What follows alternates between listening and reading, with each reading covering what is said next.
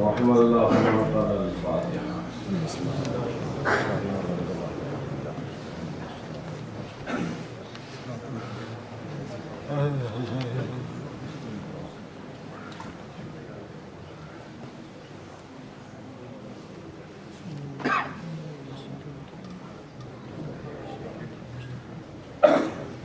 لا حول ولا قوة إلا بالله العلي العظيم.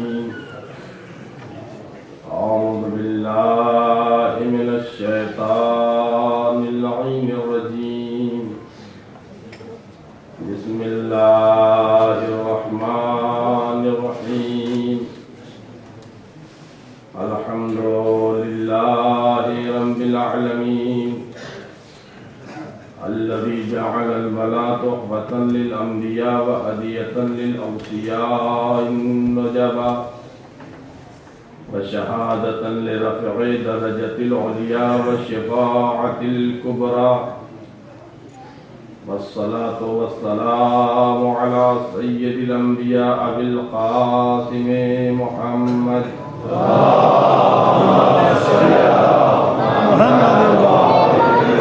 الطيبين الطاهرين المعصومين المظلومين ولعنة الله على أعدائهم أجمعين. أما بعد فقد قال الله تبارك وتعالى في كتابه الكريم. بسم الله الرحمن الرحيم. يا أيها الذين آمنوا ادخلوا في السلم كافة ولا تتبعوا خطوات الشيطان إنه لكم عدو مبين. صلوات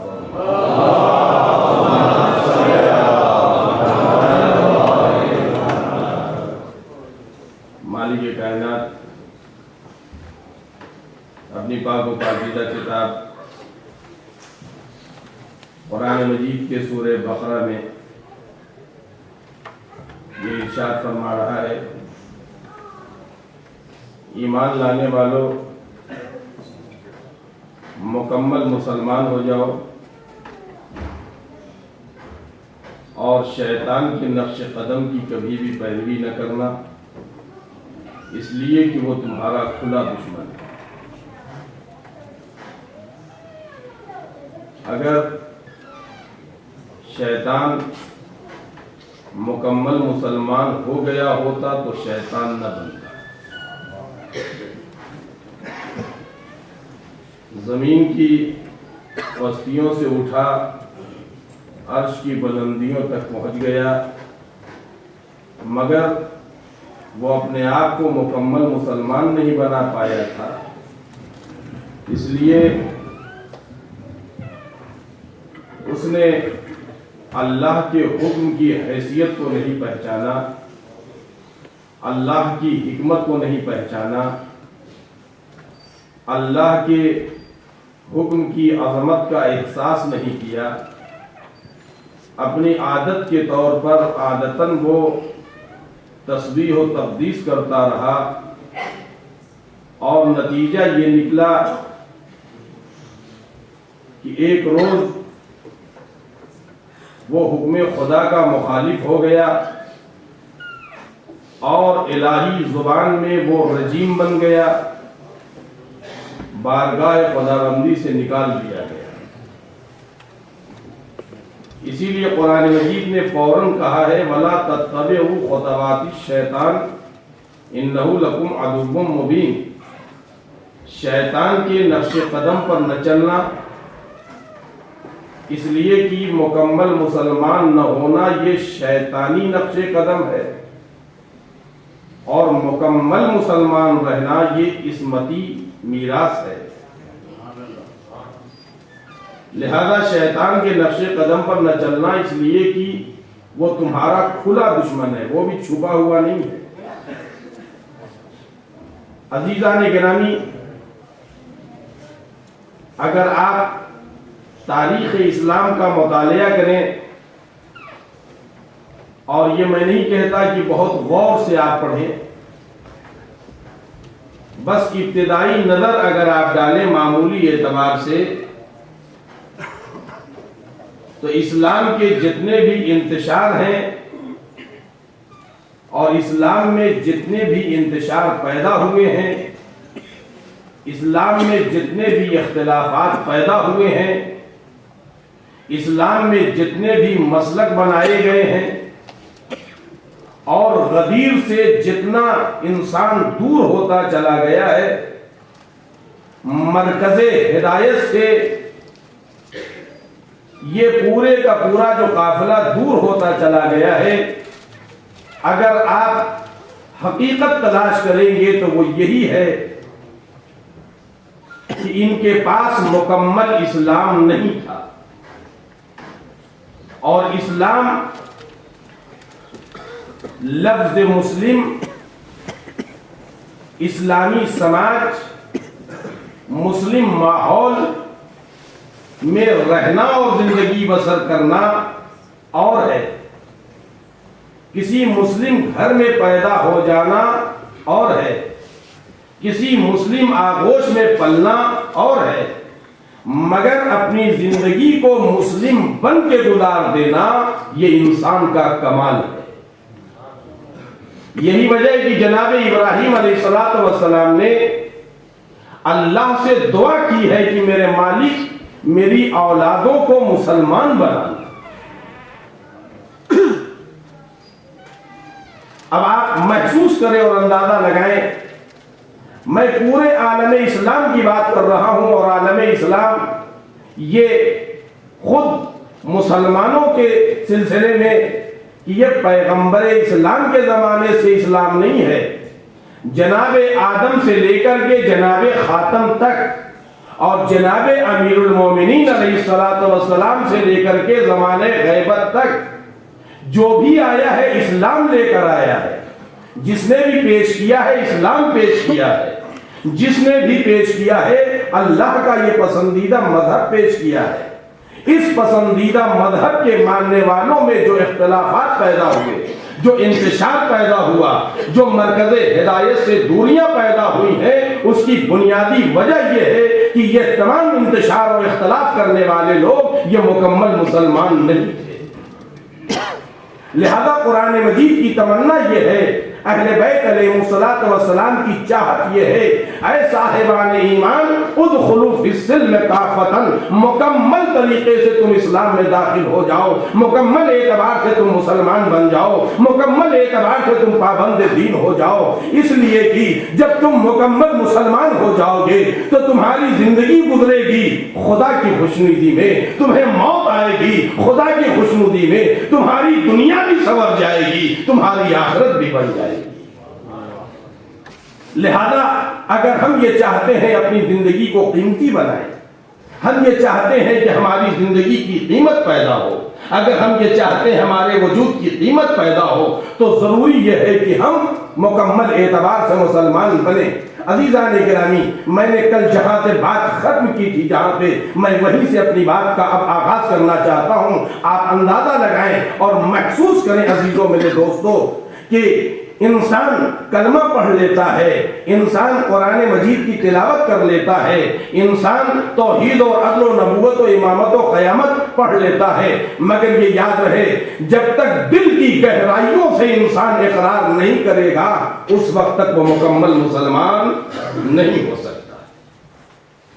میں نے کل آپ حضرات کی خدمت میں حضور سرور کائنات ختم مرتبہ احمد مصطفیٰ محمد مصطفیٰ صلی اللہ علیہ وآلہ وسلم حدیث گرامی پیش کیا تھا۔ آج انہی بانی اسلام کی ایک دوسری حدیث ایمان کے سلسلے میں آپ کے حوالے کر رہا ہوں تاکہ اپنی بات کو میں آگے بڑھا سکوں۔ عزیزوں میرے دوستوں، پیغمبر آواز دیتے ہیں ایک مومن کی علامت میں، میرا پیغمبر کیا کہہ رہا ہے؟ نبی خاتم الانبیاء کی یہ حدیث، لا یؤمن احدکم، تم میں سے کوئی بھی ایمان نہیں لایا، حتی یکون تبعا ہواہ لما جئت بہ، تم میں سے اس وقت تک کوئی بھی مومن نہیں کہا جائے گا، کوئی ایمان لانے والا نہیں کہا جائے گا، جب تک کہ میری تمام لائی ہوئی باتوں پر، میری پیش کردہ چیزوں پر انسان میری اتباع نہ کرے، میری پیروی نہ کرے۔ جو کچھ میں لے کر آیا ہوں، جو کچھ میں تمہیں دے رہا ہوں، ان چیزوں میں اپنے خواہشات پر عمل کرنے کے بجائے، اپنے جذبات پر عمل کرنے کے بجائے، اپنے خیالات پر عمل کرنے کے بجائے، اپنی فکروں پر عمل کرنے کے بجائے میری فکر پر عمل کرے، میرے خیالات پر عمل کرے، میری پیش کردہ چیزوں پر عمل کرے۔ یعنی پیغمبر کہنا چاہتے ہیں جو میں دے دوں اسے لے لو، جس سے روک دوں اس سے تم رک جاؤ۔ توجہ دیدار گرامی، اگر عالم اسلام پیغمبر اسلام کے اس فارمولے کو اختیار کر لیے ہوتا کہ پیغمبر نے جسے دے دیا اسے لے لیا جائے، جس سے روک دیا اسے رک جایا جائے، تو آج عالم اسلام میں 73 فرقہ پیدا نہ ہوتا۔ آج عالم اسلام میں اگر 73 فرقہ پیدا ہوا ہے تو یہ فقط اپنے جذبات کی پیروی کی بنیاد پر، اپنے فکر کی پیروی کی بنیاد پر اور اپنے خیالات کے تمام تر اس گندیدہ پانی میں بہنے کی بنیاد پر، اور اسی بنیاد پر مسلمان غدیر سے دور ہوا ہے۔ لہذا ہمیں اپنے جذبات کو اسلام کا پابند بنانا پڑے گا، اپنے خیالات کو اسلام کا پابند بنانا پڑے گا، اپنی فکروں کو اسلام کا پابند بنانا پڑے گا۔ اور جب ہماری فکر، ہمارے خیالات، ہمارے وجود، ہمارا جسم، ہماری چاہت جب پیغمبر کی تابع ہو جائے گی، جب پیغمبر کی پابند ہو جائے گی، تو عزیزان گرامی ہر وہ مومن اپنے دور کا سلمان کہا جائے گا، اپنے دور کا بغداد کہا جائے گا، اپنے دور کا خمیثہ تمار کہا جائے گا۔ اور اگر اس نے ایسا نہیں کیا بلکہ اسلام کو اپنے جذبات کا پابند بنانا چاہا تو پھر مسلک بنیں گے، گروہ بنے گا، اختلاف پیدا ہوگا، اور وہیں پہ یہ کہا جائے گا یہ نامکمل اسلام ماننے والا ہے، یہ مکمل اسلام کا ماننے والا ہے۔ لہذا عزیزو میرے دوستو، ضرورت ہے اس بات کی کہ ہم مکمل اسلام کو اور مکمل دین کو سمجھیں اور پہچانیں۔ عزیزو میں یہاں پر رک کر کے یہ بات کہتا چلوں، دنیا میں ایسے بھی لوگ پائے جاتے ہیں، دنیا میں ایسے افراد بھی پائے جاتے ہیں جو جانتے ہیں مگر مانتے نہیں ہیں۔ جانتے تو ہیں مگر مانتے نہیں ہیں۔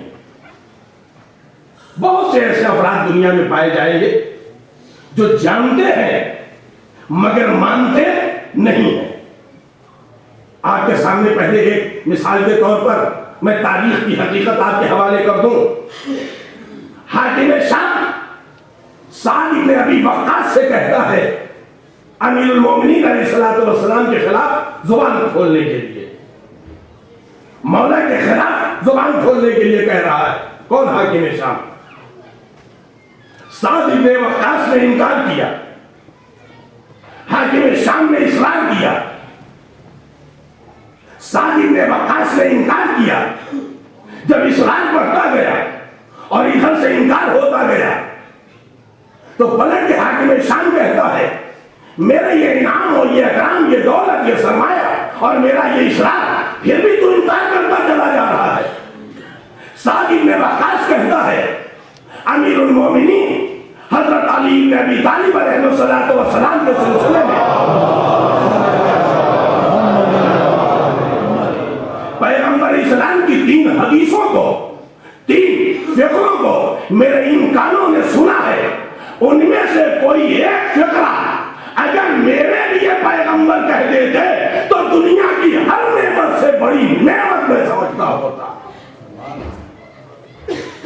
تو حاکم شام کہتا ہے وہ 3 فقرے کیا ہے؟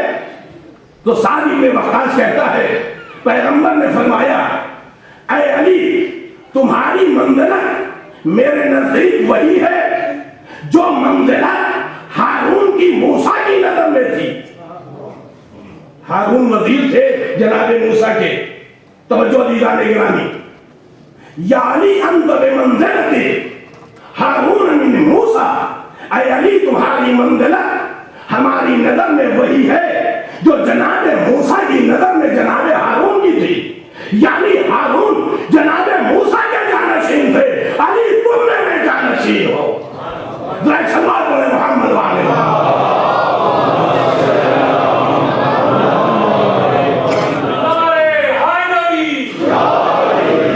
عزیزان گرامی، یہ پیغمبر کی بات. ایک بات مجھے یاد آ گئی ہے، ابن ابی الحدید معتزلی عالم اہل سنت کی، اس نے جو فقرہ کہا ہے، اور وہ فقرہ اس کی آج بھی کتاب میں تحریر ہے، شرح نہج البلاغہ آپ پڑھیں، جس میں ابن ابی الحدید معتزلی لکھتا ہے اما علی علیہ السلام عندنا بمنزلت رسول اللہ، علی بن ابی طالب کی حیثیت میری نظر میں پیغمبر اسلام کے برابر ہے. یہ کون کہہ رہا ہے؟ ابن ابی الحدید معتزلی کہہ رہا ہے. پیغمبر اسلام آواز دے رہے ہیں یا علی انت بمنزلت ہارون من موسیٰ، اے علی تمہاری منزلت میری نظر میں کون سی منزلت ہے؟ جو ہارون کی منزلت موسیٰ کی نظر میں. حاکم شام کہتا دوسرا فقرہ کیا ہے؟ کہ دوسرا فقرہ جب مباہلہ میں اپنے بچوں کو بتانے کے لیے بات کر رہا ہوں، بزرگ حضرات تو جانتے ہیں مباہلہ کا واقعہ، فقط اپنے بچوں کو متوجہ کرنے کے لیے کہ تاریخ و قرآن کی حقیقت کو میں اپنے بچوں کے ذہن تک پہنچا دوں.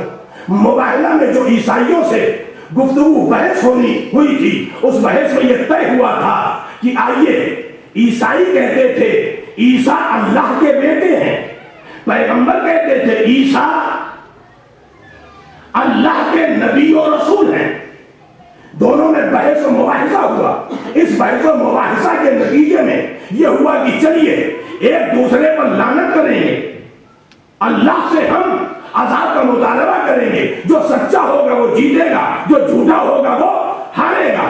مباہلہ طے ہو گیا. مباہلے میں پیغمبر اسلام کو حکم تھا، قرآن مجید میں آپ پڑھے، میرے پیغمبر کہہ دیجئے ان سے کہ تم اپنی عورتوں کو لے کے آؤ، ہم اپنی عورتوں کو لے کے آتے ہیں، تم اپنے بچوں کو لے کے آؤ، ہم اپنے بچوں کو لے کے آتے ہیں، تم اپنے نفسوں کو لے کے آؤ، ہم اپنے نفسوں کو لے کے آتے ہیں، اور ہم مباہلہ کریں. اس وقت پتہ چل جائے گا سچے کون ہیں، جھوٹے کون ہیں. پیغمبر نے پورے مسلمانوں کے قافلے سے عورتوں میں صدیقہ چنا، فاطمہ زہرا کو اپنا نفس چنا، علی مرتضیٰ کو بیٹوں میں چنا، حسن حسین کو.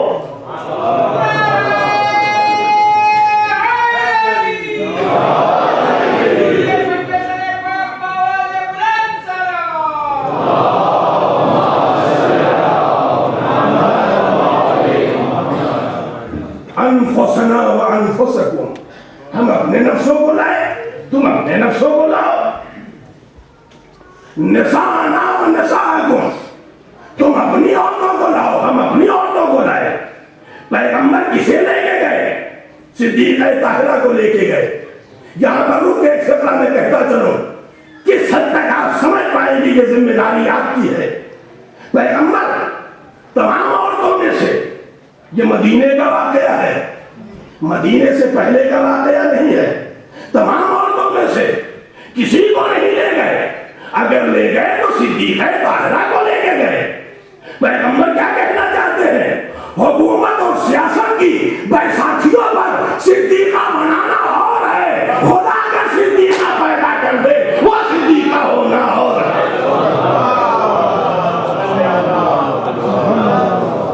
ایک بار عزیزان گرامی، آپ اندازہ لگائیں، پیغمبر اسلام آباد دے انفسنا و انفسکم، ہم اپنے نفسوں کو لائے. سعد بن ابی وقاص کہتے ہیں حاکم شام سے انفسنا کہا ہے علی کو. علی میرا نفس ہے، علی میرا نفس ہے. لہذا اگر یہ فقرہ میرے لیے ہوتا تو دنیا کی ہر نعمت سے بڑی نعمت ہوتی. کا تیسرا فقرہ کیا کہا ہے؟ کہ پیغمبر اسلام نے فرمایا ہے، توجہ دیدانی گرامی، میں خیبر میں کل علم اسے دوں گا جو اللہ اور رسول کو دوست رکھتا ہوگا. اس کے دعوے دار تو پوری دنیا مل جائے گی، خواہ زندہ ہو یا مر گئے ہو، کہ اللہ اور رسول کو دوست رکھتے ہیں. اللہ اور رسول اسے بھی دوست رکھے، یہ علی کا کمال ہے. صحابہ پڑھ رہے محمد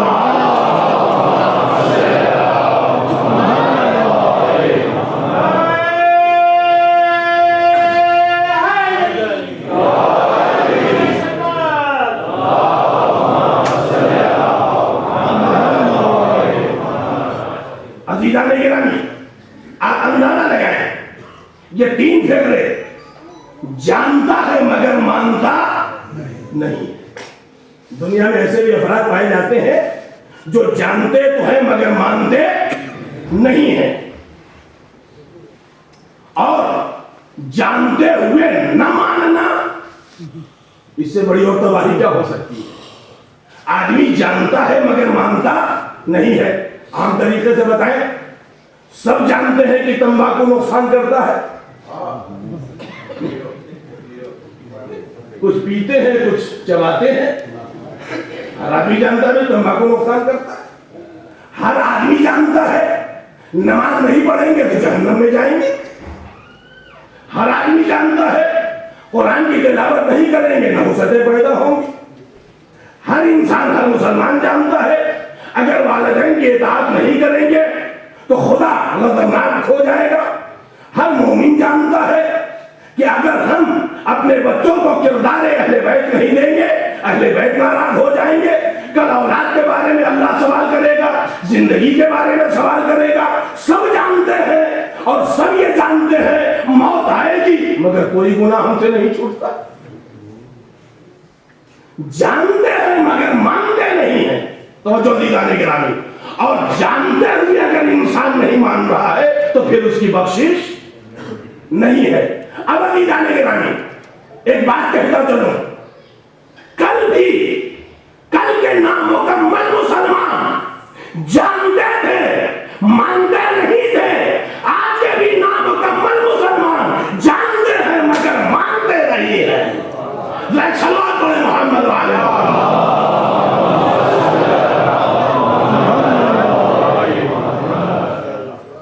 اور ہونا یہ چاہیے کہ جو جان رہے اسے مانو۔ عزیزان گرامی، اب انسان اگر مسلمان ہے تو ظاہر سی بات ہے، کل جو بات میں نے کہی تھی کہ انسان دل کی گہرائیوں سے، یعنی یہ امیر المومنین کے فقرے کی جو ترجمانی میں نے کی تھی، جو مولانا نے ارشاد فرمایا تھا کہ دل کی گہرائیوں سے ماننا، زبان سے اقرار کرنا، احکام الہیہ کے مکمل پابندی کا نام ایمان اور اسلام ہے۔ مولا نے ایک کسوٹی آپ کے حوالے کر دی، ایک معیار ہمارے اور آپ کے حوالے کر دیا، اس معیار پر ہم دیکھتے جائیں آیا ہم مکمل مومن ہوئے یا نہیں، مکمل مسلمان ہوئے یا نہیں، آیا ہم امیر المومنین علیہ السلام کے قول کے مطابق اتر پا رہے ہیں یا نہیں۔ تو اب یہاں پہ 2 باتیں ہیں، ایک یہ ہے کہ انسان کوشش کر رہا ہے، ایک یہ ہے کہ کوشش ہی نہیں کر رہا ہے۔ کوشش کرنے والا راہ غدیر کا مسافر مانا جائے گا، کوشش نہ کرنے والا راہ غدیر کا مسافر نہیں کہا جائے گا۔ راستے میں مر جائے، موت آ جائے تو یقیناً اس راستے کا شہید کہا جائے گا، مگر جس نے قدم ہی آگے نہ بڑھایا ہو۔ توجہ دیجیے گرامی، لہذا اقرار کی 3 قسمیں جو علماء نے پیش کی ہے، ایک ہے اقرار زبان سے، ایک ہے اقرار دل سے، ایک ہے اقرار جسم سے۔ مثالیں دیتا چلو۔ زبان سے اقرار، کسی سے بحث ہو جائے اور مجھ کو وہ ایسا جواب دے دے کہ میں بول نہ پاؤں، اب اس کے آگے میرے پاس طاقت نہیں ہے زبان چلانے کی، تو گویا میں نے، میری زبان جو خاموش ہو گئی تو میری زبان کی خاموشی بتا رہی ہے کہ میں ہار گیا۔ زبان نے اقرار کر لیا کہ بھائی تو جیت گیا، مگر ضروری نہیں ہے کہ زبان اقرار کر لے تو دل بھی اسے مان لے۔ یہ ہم مطالعہ کریں گے، علم حاصل کریں گے، پھر آ جائیں گے میدان بحث کے میدان میں۔ زبان نے ابھی اقرار کیا ہے، جسم نے اقرار نہیں کیا، دل نے اقرار نہیں کیا۔ میدان میں 2 پہلوان اترے، ایک بہادر نے دوسرے بہادر کو پٹک دیا، یہ جو دوسرا زمین پہ گر گیا تو اس کے جسم نے اس کے جسم کی طاقت کا اقرار کر لیا، مگر جسم نے اقرار کیا ہے، زبان اور دل نے اقرار نہیں کیا ہے۔ عزیزان گرامی، مگر ایک مرتبہ کچھ ایسے حالات پیدا ہو کہ دل اسے قبول کر لے، تو اب یہ دل نے جو قبول کر لیا تو اب جسم بھی قبول کر لے گا اور زبان بھی قبول کر لے گی۔ زبان کے اقرار سے دل کا اقرار نہیں سمجھا جائے گا، جسم کے اقرار سے دل کا اقرار نہیں سمجھا جائے گا، مگر دل اگر اقرار کر لے، توجہ دی جانے گرامی، تو زبان بھی اقرار کر لے گی اور جسم بھی اقرار کر لے گا۔ اگر آپ کے ذہن میں کل کی بات ہے تو کہتا چلوں، جب جناب موسیٰ علیہ السلام نے اپنا معجزہ پیش کیا ہے تو فرعون کے جادوگروں کے دل نے اقرار کیا تو زبان بھی بول پڑی اور سجدہ بھی ہونے لگا۔ ذرا ایک صلوات پڑھیں محمد وآلہ محمد۔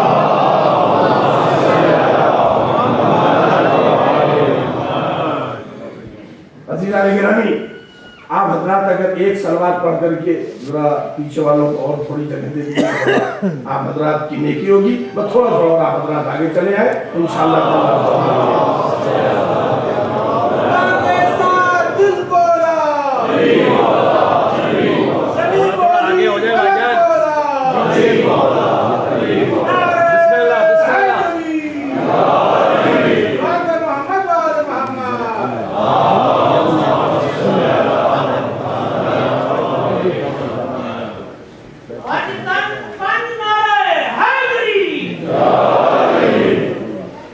عزیزان گرامی، لہذا دل کا اقرار کرنا ضروری ہے، دل کی گہرائیوں میں اسلام کا اترنا ضروری ہے، دماغ کی گہرائیوں میں اسلام کا اترنا بہت ضروری ہے۔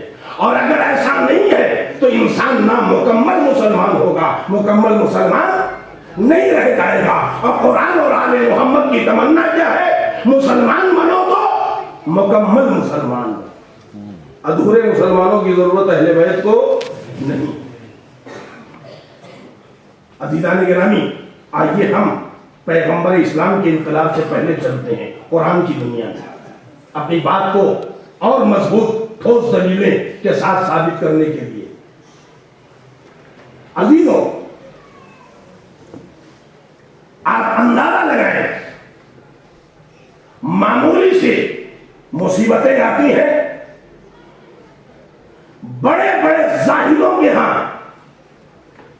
ایمان ڈگمگانے لگتا ہے۔ توجہ دیجیے، بڑے بڑے عبادت گزاروں کے ہاں ان کا اسلام اور ان کا ایمان خطرے میں پڑ جاتا ہے۔ اور اگر مکمل اسلام ہے، اگر مکمل دین ہے، تو ہر مصیبت آئے، کوئی بھی بلا آئے، کوئی بھی پریشانی آئے، جیسا کہ کل ایک بات میں آپ حضرات کے سامنے پیش کر چکا ہوں، جو لوگ ہیں ان کے ذہن میں ہے بات، آپ حضرات کا ذہن وہاں تک پہنچ جائے گا، کیونکہ مجھے اگلی بات کہنی ہے اور زیادہ سے زیادہ آپ حضرات تک دین کا پیغام پہنچانا ہے، لہذا میں پچھلی بات کی طرف نہیں آؤں گا، فقط ایک اشارہ کرتا ہوا چل رہا ہوں۔ عزیزان گرامی، جناب موسیٰ علیہ السلام کا انتظار کر رہے تھے کون لوگ؟ بنی اسرائیل۔ اور جب جناب موسیٰ علیہ السلام ان کے درمیان آئے اور وہ وقت آیا کہ جناب موسیٰ علیہ السلام نے کہا چلو، راتوں رات جناب موسیٰ اپنی قوم بنی اسرائیل کو لے کے نکل پڑے۔ توجہ فرمائیے عزیزان گرامی، بالخصوص میرے نوجوانوں، کیا قرآن مجید میں وہ سما پیش کیا ہے؟ جناب موسیٰ علیہ السلام نبی ہیں، ان کا انتظار کر رہی ہے قوم، جناب موسیٰ آ جائیں تو ہمیں فرعون سے نجات مل جائے گی۔ مگر کتنا ان کے پاس اسلام ہے، ان کے پاس کتنا دین ہے، آپ اس کا اندازہ لگا لیجئے۔ راتوں رات یہ قوم چلی، دریائے نیل کے پاس، بہت بڑا دریا ہے، بہت بڑا دریا ہے. ادھر فرعون کو جب خبر ہوئی تو فرعون اپنا لشکر لے کے چلا. آگے دریا اور پیچھے فرعون کا لشکر. یہ سب بگڑ گئے جناب موسیٰ علیہ السلام پر. آپ نے تو ہمیں بتا دیا آگے جائیں تو ڈوب کے مر جائے, پیچھے جائیں تو لشکر فرعون. جناب موسیٰ علیہ السلام نے دریائے نیل پر وہی اپنے عصا کو مارا اور اس میں راستے بن گئے. توجہ دی دو, راستہ بن گیا. جناب موسیٰ علیہ السلام کی قوم جا رہی ہے. ادھر آخری آدمی نکل رہا ہے اور اسی راستے پر فرعون اپنا لشکر لے کے آ رہا ہے. توجہ فرمائے دیدانی گرامی, درمیان میں ایک بات میں آپ حضرات کے حوالے کرنا چاہتا ہوں. اب آپ حضرات ذرا تیزی سے اپنے ذہن کو دوڑائیں گے تو منزل تک پہنچ جائیں گے. جناب موسیٰ علیہ السلام ادھر لے کے نکلے, آخری آدمی نکل رہا ہے. فرعون بھی اسی راستے پہ چل پڑا جس راستے سے موسیٰ گزرے ہیں. اب جو چل پڑا اسی راستے پر اس کا آخری آدمی داخل ہو رہا ہے دریائے نیل میں. جناب موسیٰ کا آخری آدمی ادھر نکل رہا ہے. آواز دی پروردگار عالم نے دریائے نیل کی موجوں کو کوئی مجرم بچ کے جانے نہ پائے, کوئی مجرم بچ کے جانے نہ پائے. اور دریائے نیل کی موجیں جو آپس میں گلے ملنے لگی, فرعون کی خدائی کا جنازہ نکلنے لگا. میں کہوں گا پروردگار فرعون بھی اسی راستے میں جا رہا ہے جس راستے سے جناب موسیٰ گزرے ہیں. میرے مالک تیرے نبی کا راستہ بدنام ہو جائے گا. عجب نہیں, آواز قدرت آئے. میں یہی تو زمانے کو بتانا چاہتا ہوں, راستہ معتبر نہیں ہوتا, رہبر معتبر ہوتا ہے. سلوات پڑھیں محمد والے محمد.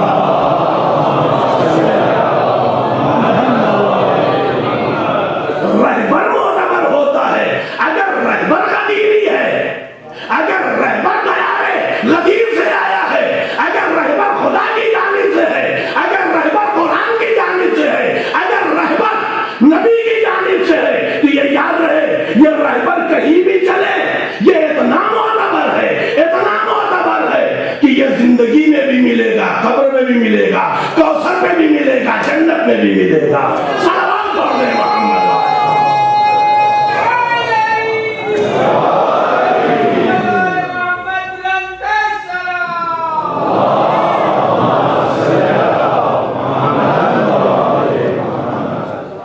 عزیزان گرامی, اور میں نے جو تاریخ میں بیان کیا گیا ہے عزیزان گرامی کہ آگے تھے جناب موسیٰ اور پیچھے تھے جناب ہارون, بیچ میں قوم ہے. اگر یہ روایت صحیح مان لی جائے تو کہنا پڑے گا وہ قوم محفوظ ہے جس کے آگے نبی ہو پیچھے امام ہو. الحمدللہ آج ہم ایک نہیں 12 اماموں اور خاتم الانبیاء کے بیچ میں ہیں. صلوات پڑھیں محمد والے محمد.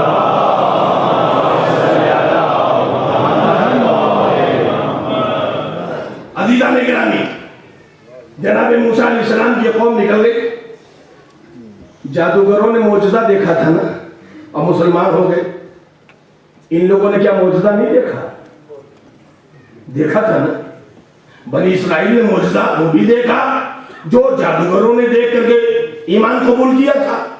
ان لوگوں نے وہ معجزہ بھی دیکھا جو بیچارے ان مومنین نے دیکھا ہی نہیں, جو فرعون کے چوری سے ذبح کر دیے گئے, جو جادوگر تھے یہ تو ذبح کر دیے گئے, ان لوگوں نے دیکھا ہی نہیں تھا معجزہ. بنی اسرائیل نے وہ معجزہ بھی دیکھا اور ادھر دریائے نیل کا بھی معجزہ دیکھا.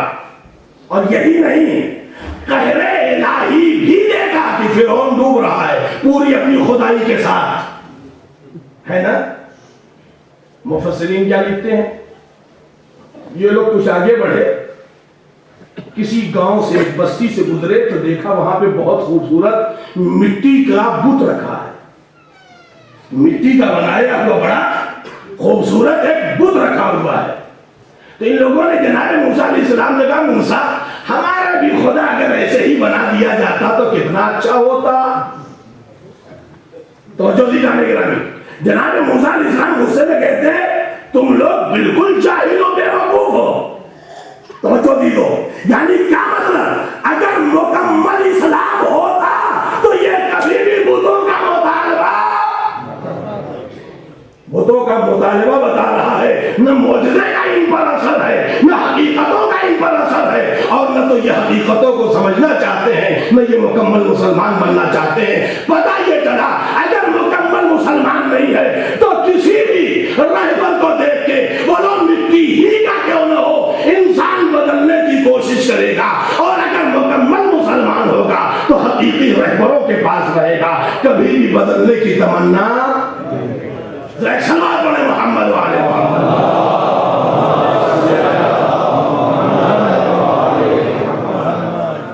اتنا بڑا مجمع اور اتنی دھیمی سلوات پڑھے جو ہے بابا نے بڑی سلوات پڑھا.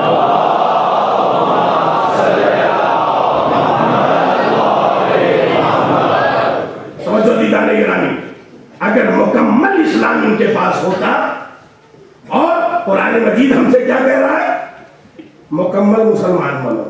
یہ بنی اسرائیل جیسے مسلمان نہ بن جانا. جہاں پہ کچھ خوبصورتی دیکھی, جہاں پہ ظاہر کچھ اچھا دیکھا, جہاں کہیں دولت کی چمک دمک دیکھی, جہاں کہیں اپنی دنیا کا فائدہ دیکھا اور ادھر ہی پھسل جاؤ, یہ مکمل مسلمانوں کا طریقہ نہیں. توجہ دیتا نہیں کرا. یہ قوم اور آگے بڑھی, ایک جگہ جا کے سکونت کر رہی ہے. جناب موسیٰ علیہ السلام کو بھی جا کے توریت لینی ہے. خدا نے انہیں مہمان بلایا 30 دن کے لیے, 10 دن اور روک لیا. کتنے ہو گئے 40 دن.